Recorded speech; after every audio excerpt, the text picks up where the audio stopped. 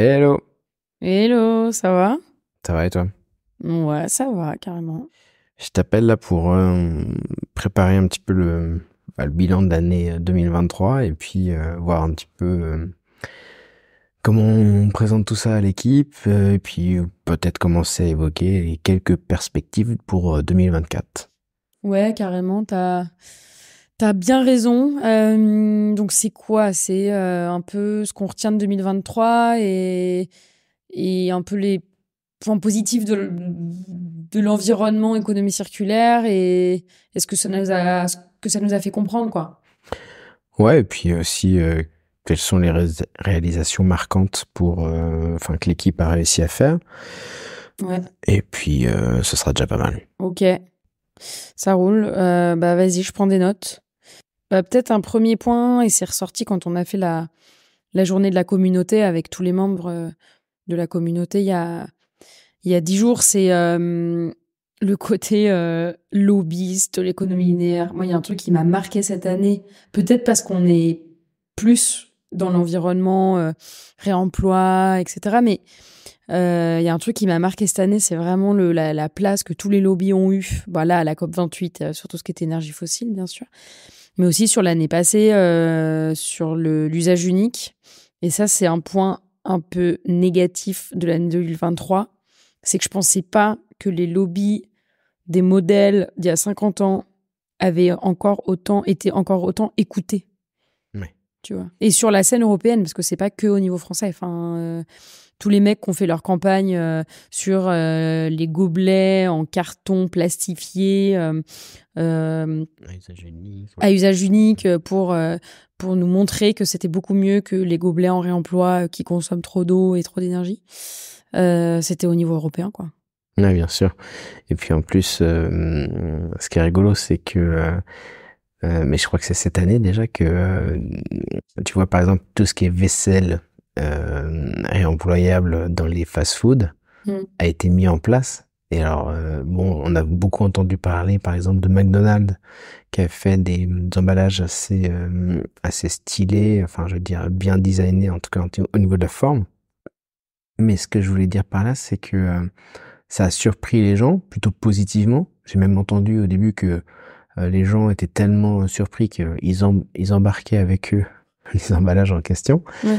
Donc ça, je pense que c'est l'effet de nouveauté. Je sais pas où ils en sont un an après l'installation, mais je pense que mine de rien, même si effectivement je te rejoins, les lobbies, ouais, enfin de l'économie, la vieille économie, disons, reste très Très puissant. puissant et écouté. Mais je pense qu'en fait, ils jettent leur dernière force pour garder leur rente, quoi.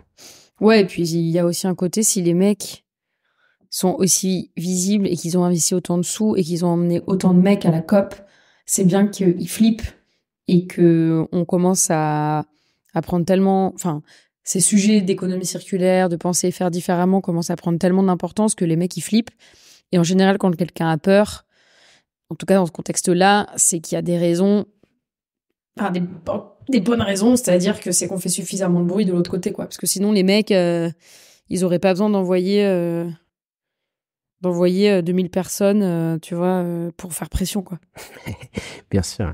Mais même, tu vois, sur le projet, sur la fin des plastiques à usage unique pour Paris, même à plus petite échelle, t'as aussi des fortes résistances de tout ce que vous avez vu avec Marine. Alors oui, sur le projet qu'on fait pour la ville de Paris, peut-être cette année dans les apprentissages, des résistances, je sais pas, tu vois, parce que si on fait la comparaison avec 2022, en fait, tu sens que c'est plus nouveau. C'est-à-dire que quand tu parles de sortie des plastiques à usage unique, quand tu parles de réemploi, quand tu parles de sobriété, les gens, déjà, enfin, comment dire, t'es pas complètement un marginal ou une marginale. C'est-à-dire que c'est des mots qui ont déjà été entendus par la plupart des gens. T'as encore de la résistance au changement évidente, mais on est quand même en France, là où t'as des pays où la résistance au changement elle est encore plus forte. Dans certains pays anglo-saxons notamment, etc. Donc bon, on n'est pas si mal placé, mais oui, t'as encore une résistance au changement. Mais après, nous, ce qui nous a agréablement surpris cette année, Et je pense que c'est un peu là où on a bien bossé aussi avec la ville de Paris, c'est la mobilisation des plus petits acteurs. C'est-à-dire que jusqu'à maintenant, l'économie circulaire, c'était quand même un truc des entreprises du CAC 40 qui avaient des responsables innovation, en gros des gens qui étaient payés pour réfléchir à moyen terme, à des nouveaux business, des trucs comme ça. Et les petites structures et les commerçants, par exemple, étaient pas, sauf si c'était des valeurs et comment dire, des gens très engagés personnellement, mais c'était pas forcément des sujets qui déployaient ou qu'ils appliquaient particulièrement. Ils sont pas très présents à nos événements, enfin voilà. Et là, cette année, nous, on a quand même réussi à mobiliser et on s'est rendu compte que ces sujets permettaient de fédérer, en fait. Et que là, t'as le mouvement, t'as la réglementation, et même en tant que citoyen, la radio et tout qui parle de ça. Et en fait, la force de Circulab dans nos projets, mais aussi dans les méthodes qu'on utilise, vu qu'on passe par l'intelligence collective, l'inspiration et tout, bah, les gens, ils ont envie d'y aller. Et cette année, les commerçants et tout, j'ai senti moins de réticence au changement. Moi. Aussi parce que tu as plus d'alternatives qui leur parlent, je pense. Tu vois. L'autre jour, il y a un commerçant qui vend des cafés à la place de Clichy à un bal à emporter. C'est le premier à m'avoir dit « Ouais, mais... moi, j'aimerais bien mettre en place les tasses comestibles. » Ça m'a fait triper, tu vois, parce qu'il y a 3 ans, les tasses comestibles, c'était des expérimentations qui étaient portées par des gros acteurs un peu... Oui, pas forcément les plus vertueux. Ouais, c'est ça, et puis qui n'étaient pas forcément les plus vertueux, puis c'était fait dans une logique un peu de... Regardez, on a inventé un super truc nouveau, mais c'était pas transformatif, quoi. Donc ouais, je pense que là, il y a 2 trucs. Il y a le côté lobby et le côté, malgré tout, la réticence au changement, même si elle est encore là. Ce sont des sujets avec lesquels on arrive à toucher maintenant plus largement et qui ne sont plus réservés exclusivement aux acteurs qui ont beaucoup d'argent et qui ont des responsables innovation, quoi. Ouais. Après, sur cet aspect compréhension des enjeux, moi, je reste... disons, perplexe, quoi. Je me dis, il y a encore beaucoup de résistance, même chez les dirigeants d'entreprise. C'est-à-dire que parler d'économie circulaire, parler de difficultés d'approvisionnement, il faut aller plus en profondeur, quoi. De ce que je ressens, c'est que finalement, il y a encore beaucoup de climato-sceptiques dans ce pays. Je voyais un sondage, je crois que c'était encore 38 ou 39% là récemment, qui évoquait le fait qu'il n'y ait pas forcément de problématiques particulières sur le climat. Mais que font ces gens de leur vie? Ouais, mais c'est ça, je pense qu'il faut pas oublier qu'on est un peu dans nos bulles, quoi. Comme le dit Fabrice souvent, en fait, nous, on est la tête dedans tous les jours. Je pense que c'est un peu pareil pour tous nos confrères, consoeurs. Mais on a tendance à oublier que malheureusement, il va falloir faire en sorte que le constat de tout ce qui est prix, fluctuation de l'énergie, prix, fluctuation des matières premières, tous les conflits qui se rajoutent, l'effondrement de la biodiversité qui est de plus en plus massif, les épisodes météorologiques, en fait, il n'y a pas de hasard. Il va falloir vraiment faire comprendre le constat pour ensuite amener la solution économie circulaire, qui ne reste qu'un moyen, évidemment, mais faire en sorte que finalement, cette compréhension du constat soit plus partagée et qu'on évite un petit peu ce négationnisme qui n'a aucun sens, puisque malheureusement, t'as beau dire non, les faits arrivent quand même, quoi. Ouais, t'as raison. La dernière fois, je sais plus sur quoi c'était, mais j'étais avec des amis. Et en fait, Qui ne sont plus des amis. Qui ne sont plus des amis. Non, j'ai vu un truc sur les réseaux sociaux et qui me paraissait, moi, voilà, que j'avais l'impression de voir dès que j'ouvrais mon ordinateur. Je sais plus ce que c'était. Et je leur en ai parlé. Je lui dis ouais, vous avez vu ça, des potes qui bossent pas du tout dans ces domaines. Et ils me regardaient avec des gros yeux en me disant mais de quoi tu parles? Et en fait, à chaque fois, je me force à me rappeler que effectivement, c'est des biais de confirmation, quoi. C'est-à-dire vraiment tout ce qu'on voit passer autour de nous et le fait qu'on se dise on est convaincu, enfin les gens sont de plus en plus convaincus, etc. C'est pas vrai, quoi. Ouais, c'est pour ça que plus que de parler de comment dire, d'économie circulaire ou d'économie régénérative, qui malheureusement, même si ce sont les solutions, faut déjà parler de pérennité d'entreprise. Déjà, savoir qu'est-ce qui doit être résilient ou pas, qu'est-ce qui doit rester. Et ensuite, peut-être renoncer, comme certains le proposent. Et ensuite, une fois qu'on a choisi les activités qui doivent rester, faire en sorte qu'elles deviennent véritablement résilientes et qu'elles tiennent dans le temps. Oui, ça c'est un autre sujet. Enfin, peut-être qu'on s'éloigne pas trop du bilan qu'on veut leur faire, parce que là, on part dans des digressions. Enfin, là, si on veut le raccrocher au bilan, c'est quoi? C'est se dire que un autre point, en plus de ce qu'on a évoqué, c'est l'approche qui a évolué.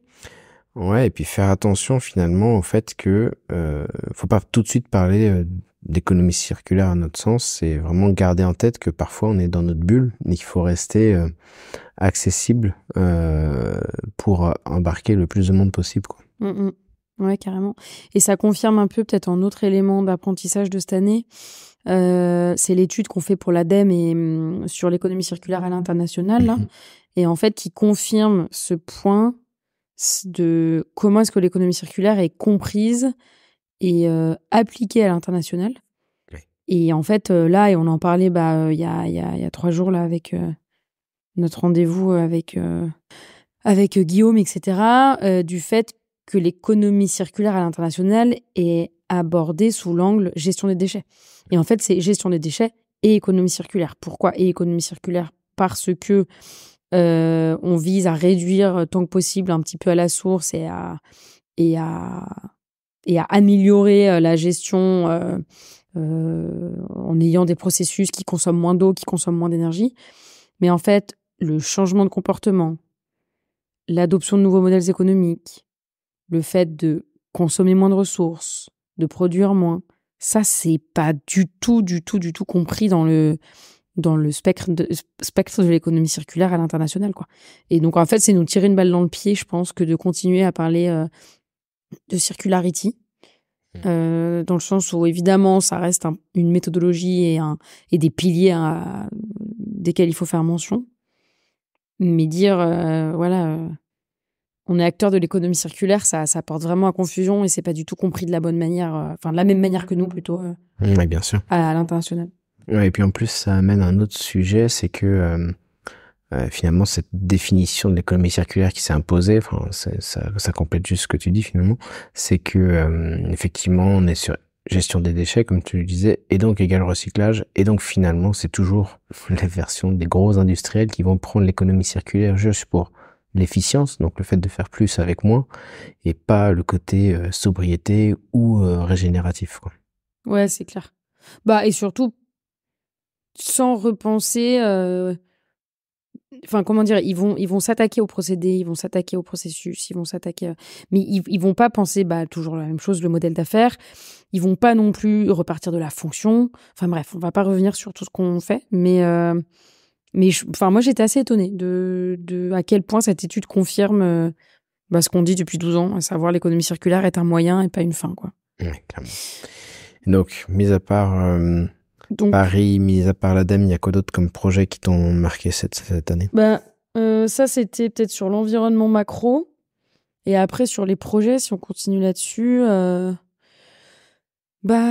pense que 2023, je sais pas, il y a ce qu'on a fait pour l'Olympique de Marseille au Stade Vélodrome, où ça, c'était quand même une expérience assez chouette, notamment socialement, humainement. Et je me dis, quelqu'un qui a travaillé sur réduire à la source les déchets à travers le réemploi au sein d'un stade de football à Marseille. Avec 70 000 personnes à chaque match. La culture du déchet, c'est toute une histoire. Je me dis, c'est bon, on va pouvoir bosser sur tout maintenant.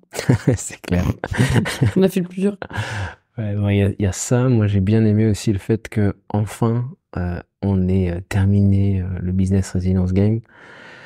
Parce que mine de rien, ça faisait 3 ans qu'avec Emmanuel, on faisait des trucs, on le testait, on le faisait découvrir, etc. Mais il était jamais bien terminé. Il manquait toujours des petits aspects. Et le fait d'avoir créé en même temps Réaction Commune, donc la version territoire, ça nous a permis finalement de bien finir ça avec les premiers animateurs et tout. Donc ça, je suis vraiment content de l'avoir fait depuis le temps qu'on en parlait. Ouais, Business Resilience Game, Ouais, bon point. Et puis je pense qu'encore, c'est encore un peu notre... Enfin, comment dire? Il y a notre marque de fabrique. C'est un jeu sur la résilience, mais c'est pas un jeu juste pour jouer. C'est vraiment un moyen de faire dialoguer les gens et de leur faire comprendre les principes de résilience. En plus, tu peux faire le format sensibilisation, mais tu peux aussi construire tes feuilles de route résilience. Donc je trouve que ce qui est assez chouette, on n'avait pas reproduit de jeux / de méthodes aussi abouties depuis la Circular Toolbox, le Circular Canvas, etc., qu'on avait publié en 2014 et 2015. Donc je pense que là, c'est quand même assez chouette de voir que notre marque de fabrique, elle a encore sa place aujourd'hui, même si le sujet sur lequel on travaille évolue, parce qu'on parle d'une approche très économie circulaire à l'approche résilience, quoi. Ouais, clairement. Carrément. Et le fait d'avoir créé une association Réaction Commune pour les territoires, ça, je trouve que c'est quand même assez malin. Ouais, non, ce qui est cool en plus, c'est qu'on n'est pas tout seul dans cette aventure, donc ça permet aussi de lui donner une autre envergure. Et puis, ce qui est cool, c'est qu'il y a des premières missions, des premiers animateurs, animatrices, donc ça, c'est assez cool parce que c'est un projet commun qui se limite pas à Circulam. Et puis, il y a un autre truc, donc je suis très content, mais qui est toujours pas, enfin, qui est plus pour 2024 maintenant. C'est Dices. On a passé tellement de temps dessus que le fait de mettre au point, finir cette plateforme de veille sur les modèles économiques circulaires et ou régénératifs, je suis content parce que cet outil de veille qui nous servait depuis 2 ans, il va pouvoir être disponible pour d'autres. Ouais. Et ça, c'était quand même beaucoup d'investissement. Et ça, je suis content parce que, fine de rien, on a pas mal bossé cette année. Ouais, on a pas mal bossé, on a beaucoup investi. Et mais du coup, je pense que ça, c'est un truc quand même que moi j'ai vu aussi. On est fatigué aussi parce que à côté, on a toujours, pour y revenir, tous ces gens qui disent que y a pas de problème et que tout va bien. Donc ça, je pense que c'est fatigant aussi.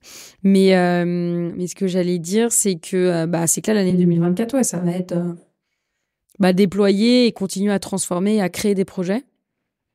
Et peut-être le dernier point qui me semble important de dire à l'équipe et partager aussi notre écosystème, c'est l'équipe qui s'est agrandie et qui est toujours aussi soudée, notamment aussi pour mener à bien ces différents projets. Et s'il y a 3 ans, on s'était dit, quand on a recruté la première personne en CDI, en plus de toi et moi, qu'on serait 9 aujourd'hui, je pense qu'on se serait pas cru. Ouais, c'est clair. En même temps, depuis le temps qu'on a construit, comme on avait dit à Fabrice, les bases de la maison sont très solides, mais maintenant il va falloir faire le mur. Les murs. Et je trouve que les murs commencent à avoir de la gueule. Donc, je savais que on avait galéré longtemps. Enfin, je veux dire, jusqu'à 2018, disons.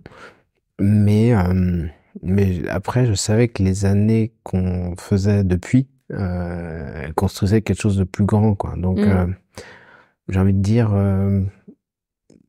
ça finit par venir et je trouve que finalement, on continue notre petit bonhomme de chemin en toute autonomie, indépendance et que finalement, c'est pas mal comme ça. Ouais, carrément. Ouais, c'est cool, c'est déjà pas mal. Du coup, si je récapitule là avec ma prise de notes, sur l'environnement macro, le côté lobby, le côté qui ont fait un excellent travail cette année, on les félicite. Les lobbies, j'entends par là les lobbies de l'économie linéaire, mais il y en a qui ont fait un excellent travail aussi, c'est les lobbies et le plaidoyer qui a été fait par No Plastic in My Sea, Réseau Vrac et Réemploi et tout, donc ça on l'a pas mentionné. Ensuite, notre point, c'est la peur du changement qui est toujours présente. Mais le point positif, c'est que ces sujets s'étendent à d'autres publics qui ne sont plus uniquement les grandes entreprises du CAC 40 qui ont des responsables d'innovation et économie circulaire, mais des plus petites entreprises, voire des commerçants, etc., qui identifient qu'il y a un enjeu réglementaire, mais aussi un enjeu d'adaptation dans le temps et de pérennité de leur modèle d'affaires.